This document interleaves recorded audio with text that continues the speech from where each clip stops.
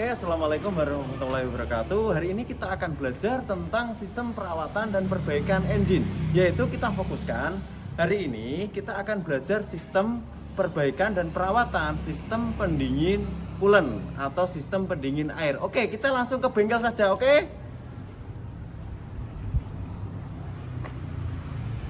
Apa itu dong? Oke, kita sekarang sudah sampai di bengkel. Saya akan memberikan pengertian dulu tentang sistem pendingin. Sistem pendingin itu adalah sistem atau rangkaian yang berfungsi untuk menjaga suhu kerja mesin yang ideal saat bekerja. Nah, fungsi utama dari sistem pendingin pertama, menstabilkan suhu mesin. Yang kedua, mencegah overheat. Yang ketiga, itu adalah menjaga efisiensi kerja. Dan yang keempat itu adalah untuk menjaga mesin agar tetap dalam keadaan prima. Terus ada dua jenis sistem pendingin yang sering dipakai. Contoh satu yang di atas ini. Di atas ini adalah sistem pendingin untuk sistem pendingin udara. Yang di kiri atas saya ini adalah sistem pendingin yang jenis air atau pakai coolant. Oke, itu adalah jenis-jenis sistem pendingin. Yang di samping saya ini adalah sistem pendingin berupa cairan atau yang memakai sistem pendingin air. Ini adalah contoh cara kerja sistem pendingin air.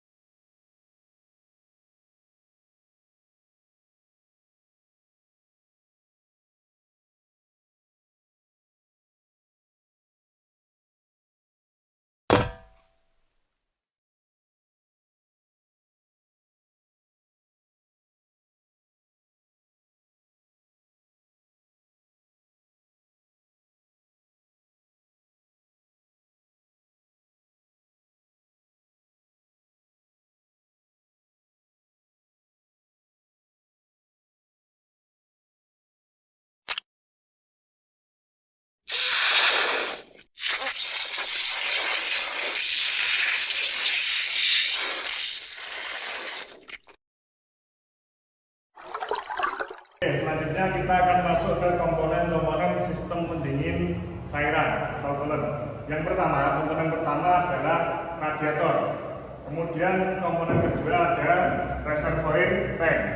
Kemudian yang ketiga adalah selang bertekanan. Kemudian yang keempat ada kipas ini di dalam. Kemudian ada bel ini. Kemudian ada water pump ini. Kemudian ada water jacket di dalam silinder. Kemudian yang terakhir di sini ada termostat yang ada di dalam sini. Sekarang kita akan masuk ke fungsi-fungsi dari tiap-tiap komponen. Yang pertama adalah radiator ini. Radiator ini berfungsi untuk mendinginkan coolant yang telah panas dari dalam sistem atau dari dalam mesin. Kemudian reservoir tank. Reservoir tank ini digunakan sebagai tangki cadangan untuk coolant yang ada di dalam radiator. Kemudian sekarang selang bertekanan. Selang bertekanan ini ada dua, di atas, di upper tank, dan di bawah, di lower tank. Selang bertekanan yang atas ini yang akan masuk ke dalam radiator. Jadi dia dari mesin masuk ke dalam radiator. Kemudian selang yang di bawah ini dia dari radiator. Jadi airnya sudah dingin. Ini dimasukkan ke dalam mesin, ke dalam water jacket. Yang dimana dalam proses pemasukannya dia dipompa oleh water pump ini di sini. Jadi pompa cairan ini masuk, water pumpnya pompa, kemudian cairan masuk ke dalam mesin melalui water jacket. Kemudian yang terakhir tadi ada termostat. Termostat ini digunakan ketika jadi dia ada katup di mana ketika suhu kerja mesin itu masih dingin, yaitu biasanya masih di bawah 80 dan 90 derajat, 80 sampai 90 derajat itu dia masih menutup, sehingga cairan di dalam water jacket itu tidak diteruskan ke radiator. Dia tetap bersirkulasi di dalam water jacket. Kemudian apabila suhu kerja mesin itu sudah mencapai suhu kerjanya antara 80 sampai 90 derajat, katupnya dari termostat ini akan membuka. Di mana nanti ketika katupnya membuka, dia akan disirkulasikan, airnya bisa kembali ke dalam radiator itu sendiri. Oke, selanjutnya kita akan melakukan cara bagaimana sih pengecekan sistem pendingin itu sendiri. Pertama, yang kita harus cek apa? Kita cek kondisi air atau coolant di dalam radiator. Di dalam coolant kondisinya bagaimana? Apakah air tersebut sudah menghitam atau masih baik? Kalau di sini, ini kan pakai air biasa. Seharusnya harus memakai air khusus radiator atau coolant karena mempunyai spesifikasi yang berbeda. Terus kita harus cek juga di ketinggian air di dalam radiator. Di sini ketinggian air radiator harus sampai di leher tutup itu sendiri atau di leher upper tank. Oke, selanjutnya kita akan bergeser kepada reservoir tank. Reservoir tank sendiri itu ada dua batas, min dan max. Di sini kenapa kok ada min dan max? Kenapa max-nya nggak ada di sini? Di sini adalah sebagai batas atas dan sebagai batas bawah untuk ketinggian air radiator sendiri. Kalau kekurangan air, itu suplai radiator semisal di sini kurang air, di sini tidak akan bisa menyuplai kekurangan air dalam radiator sendiri. Terus yang kedua, kenapa di sini ada batas max? Batas max sendiri kenapa kok tidak ditaruh di atas? Karena kalau kelebihan tekanan pada radiator saat suhu tinggi tidak bisa membuat kelebihan air atau coolant itu sendiri ke dalam reservoir tank. Oke, selanjutnya kita juga harus memeriksa tutup radiator sendiri.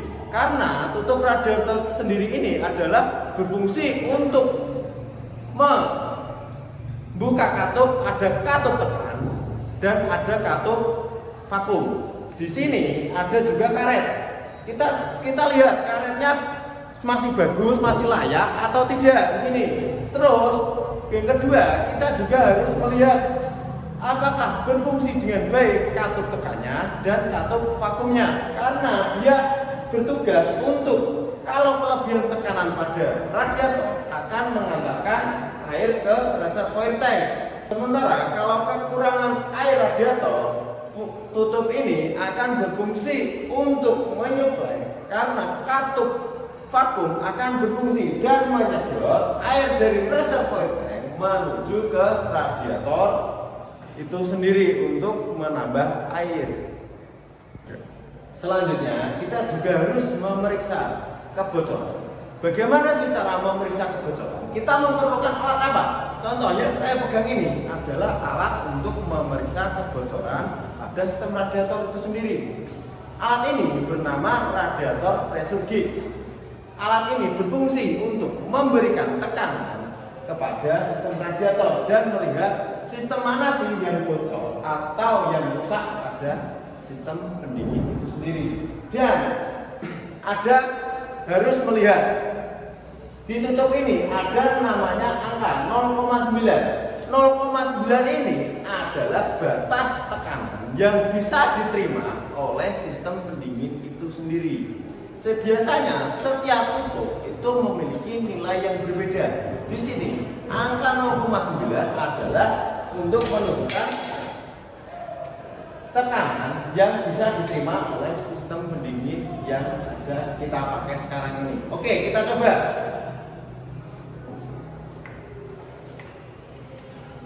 Berapa tadi tekanannya?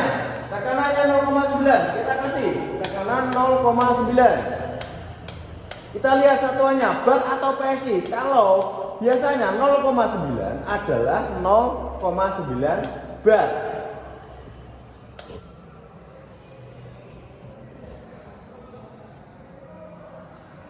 Oke, kita lihat kita sudah kasih tekanan 0,9 bar. Kita lihat sekarang sistemnya. Apakah terjadi kebocoran? Kita lihat di lantainya. Ada yang menetes atau tidak? Ada coolant yang menetes atau tidak? Kita harus lihat sesama. Kalau memang di sini tidak ada yang menetes pada tekanan 0,9, berarti sistem pendingin itu sendiri sudah aman atau sudah layak, tidak ada kebocoran. Nah, itu cara untuk mengecek kebocoran pada sistem pendingin.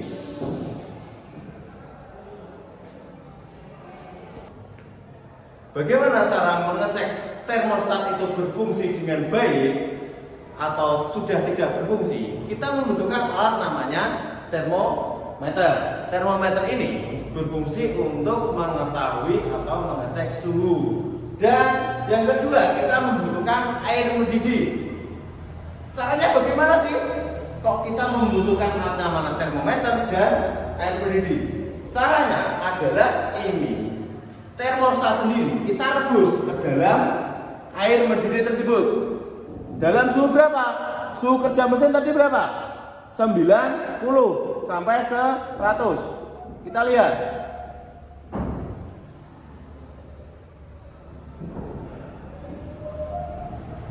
Di sini air sudah mencapai suhu 100 derajat. Oke, kita tunggu.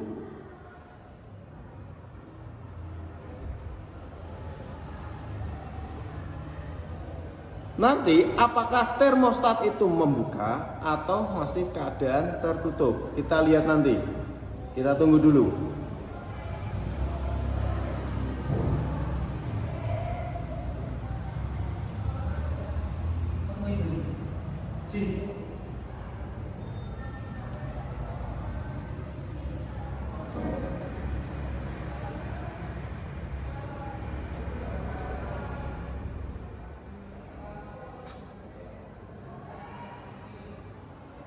Oke, kita sudah menunggu, kita lihat. Ternyata kondisi termostat yang ada, yang kita pakai uji coba sekarang, tidak membuka. Berarti termostat yang ada di sini sudah keadaan rusak. Kalau keadaan sudah baik atau termostat tersebut dalam keadaan baik, katup ini akan turun ke bawah, ke sini. Dan ini akan membuka aliran yang ada di dalam sistem pendingin air tersebut. Oke, selanjutnya berarti kita akan melakukan pengecekan pada water pump. Water pump sendiri sangat krusial fungsinya, yaitu untuk mensirkulasi aliran cairan atau aliran coolant pada sistem pendingin air. Contoh ini saya bawakan water pump, ada contoh water pump. Di sini cara pengecekannya gimana? Biasanya kalau water pump rusak itu terjadi bunyi abnormal seperti bising banget. Itu biasanya bearingnya sudah longgar seperti ini. Kalau diperiksa ini dicopot terus digoyang-goyang, itu akan terjadi goyangan. Kalau ada bunyi ceduk ceduk ceduk ceduk atau yang abnormal lainnya, biasanya bearingnya sudah rusak. Oke, selanjutnya setelah pemeriksaan dari water pump sendiri, kita akan melakukan pemeriksaan terhadap belt. Belt di sini adalah fungsinya untuk memutar dari water pump itu sendiri. Di sini biasanya kalau belt rusak itu juga akan berbunyi abnormal seperti jejitan, cit cit cit cit seperti itu. Itu biasanya sudah beltnya sudah aus atau untuk waktunya menyetel kembali. Oke. Selanjutnya kita akan masuk ke cara perawatan sistem pendingin cooler. Jadi sistem pendingin itu kita perlu yang namanya merawatnya. Yang pertama kita rawat adalah kita selalu memeriksa volume dari coolant itu sendiri. Dan yang kedua, kita periksa juga untuk warna dan kondisi dari coolant itu. Kemudian biasanya untuk penggantian air cooler itu di 20.000 km sampai 40.000 km. Atau kalau kita pakai jangka waktu itu pakai waktu 1 sampai 2 tahun. Itu harus diganti. Agar apa? Agar nanti coolant yang bersirkulasi di dalam mesin itu tetap bisa mendinginkan mesin secara optimal. Oke, selanjutnya kita masuk ke indikasi kerusakan sistem pendingin cooler. Yang pertama kita cek itu biasanya volume dari coolant itu sendiri. Kalau volume coolant itu terus berkurang, bisa jadi disebabkan oleh kebocoran dari sistem pendingin itu. Bisa dari selang tekanan tinggi ini, tekanan, kemudian dari piping silinder head, atau dari kebocoran arus dari radiator itu sendiri. Kemudian indikasi kerusakan yang kedua adalah warna dari coolant itu sendiri. Kadang coolant itu bisa berubah warnanya, yang semula dia jernih bisa berubah menjadi keruh atau kecoklatan. Itu bisa jadi disebabkan oleh penggunaan coolant itu sendiri. Jadi biasanya ada mestinya menggunakan coolant yang sesuai spesifikasi, tapi dia menggunakan air biasa, jadinya dia berubah warnanya. Kemudian bisa juga disebabkan oleh kerak yang ada pada mesin. Kemudian yang selanjutnya, indikasi kerusakan selanjutnya adalah oli mesin. Ketika kita melakukan penetapan atau pergantian oli mesin, itu oli mesin berubah menjadi coklat atau katakanlah kopi susu. Nah, itu ada indikasi bahwa oli mesin bercampur dengan coolant radiator itu sendiri. Selanjutnya kita masuk ke langkah perbaikan. Langkah perbaikan sistem pendingin yang coolant. Yang perlu kita perbaiki adalah komponen yang rusak. Misalkan tutup radiator ini. Tutup radiator ini apabila tidak bekerja dengan baik, seperti yang sudah dijelaskan tadi, berarti kita perlu mengganti yang namanya tutup radiator. Kemudian kita juga perlu memperbaiki selang-selang bertekanan ini apabila selang ini mengalami kebocoran. Selanjutnya untuk perbaikan water pump, apabila water pump tadi ditemukan sudah tidak dapat bekerja atau bearingnya mengalami keausan, kerusakan, kita perlu mengganti yang namanya bearing di water pump atau sekalian sama water pumpnya. Kemudian untuk termostat sendiri ini ketika dia sudah mengalami kerusakan, katupnya tidak bisa membuka ketika suhu kerja mesin sudah maksimal, itu kita perlu melakukan pergantian yang namanya termostat. Kemudian untuk perbaikan di gasket packing silinder head, kita pastikan dulu itu yang mengalami kerusakan packingnya atau silinder headnya. Kalau kita pastikan silindernya sudah aus, tidak rata, maka kita perlu yang namanya meratakan dulu silindernya, baru nanti kita ganti packingnya sehingga nanti tidak ada kebocoran lagi, coolant bercampur dengan oli. Kemudian untuk radiator sendiri, radiator ini kita perlu melakukan perbaikan apabila dia sudah tidak bisa mendinginkan coolant, berarti kita perlu yang namanya perbaikan kisi-kisi atau sirip-sirip yang ada pada radiator tersebut. Bisa kita lakukan penanggalan atau pembersihan pada radiator. Oke, tadi kita sudah mendapatkan penjelasan berbagai hal dari sistem pendingin, mulai dari pengertian, fungsi, cara kerja, cara perawatan, cara perbaikan, maupun serta indikasi kerusakan. Dengan memahami tersebut, kita harap juga kalian itu dapat memahami dan menerapkan cara perawatan dan perbaikan secara tepat nantinya. Mungkin itu yang bisa kami sampaikan, bisa jadi referensi kalian untuk belajar tentang sistem pendingin. Dan mohon maaf kalau ada salah kata. Assalamualaikum warahmatullahi wabarakatuh.